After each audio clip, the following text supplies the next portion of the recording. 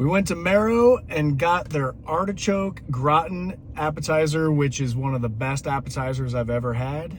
Let's find out, will it slice? Something a little different today. I want to show you how easy it is to mix our pizza dough mixes. Now, you can do this in a stand mixer or you can mix it by hand, but today we're going to use a KitchenAid stand mixer. I'm going to show you how super simple it is to do. Take a cup of water and pour it in the mixer.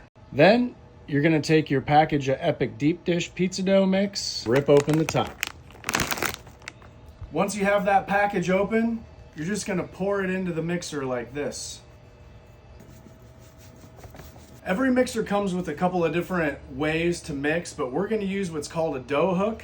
Start the mixer on low, and we're just gonna mix this for 7 to 8 minutes. This pan right here is 10 by 14 inches. Once we're done with the dough mixing, we're gonna press it into the pan, and I'm gonna show you how to turn this into the most amazing deep dish pizza you can imagine. All right, it's been about 7 minutes, and I think this is plenty mixed. So the next thing we wanna do is a little bit of olive oil in the bottom of this pan. It doesn't need to be a lot, just enough to coat. We wanna kind of wipe it clean. We don't want too much oil in there.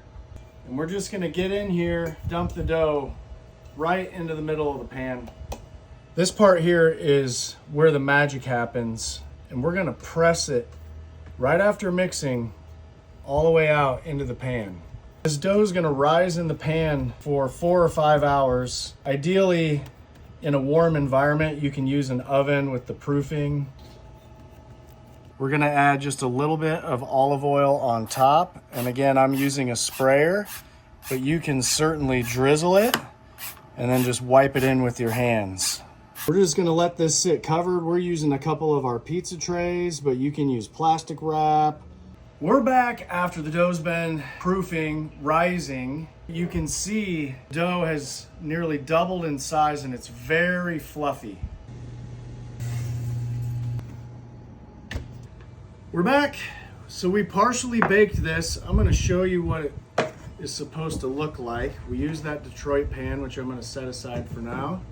When you let dough proof in that pan for long enough, you get lots of awesome texture.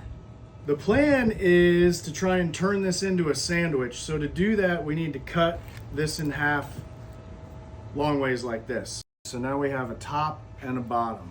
I'm gonna set the top aside. I'm just gonna take the bottom, put it right in the middle of the pan.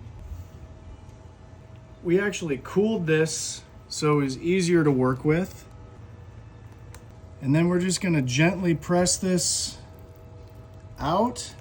We don't wanna go all the way to the edge, maybe like a 1/4 inch, 1/2 inch to the edge, and then it won't ooze out the side when we bake it again.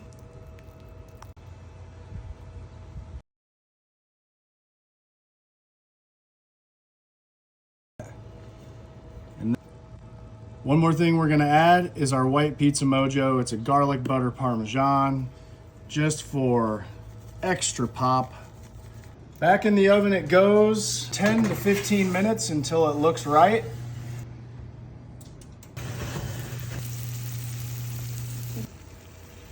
You come in here, you can see the cheese is caramelized around the outside edge, and we're gonna slide this out. So I'm gonna show you exactly how to do it.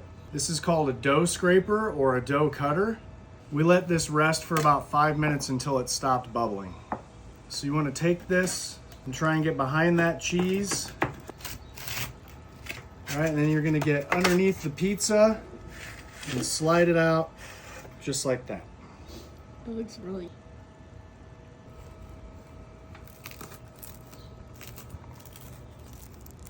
Only thing that remains is, will it slice?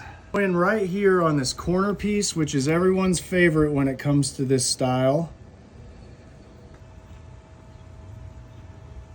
I already know my answer and I don't gotta go to this part, but I'm going. This is unbelievably good. This slice of pizza alone, so we got 8 of them out of this. It's like a pound, it feels like. Absolutely, without question, it's sliced. You have to try this.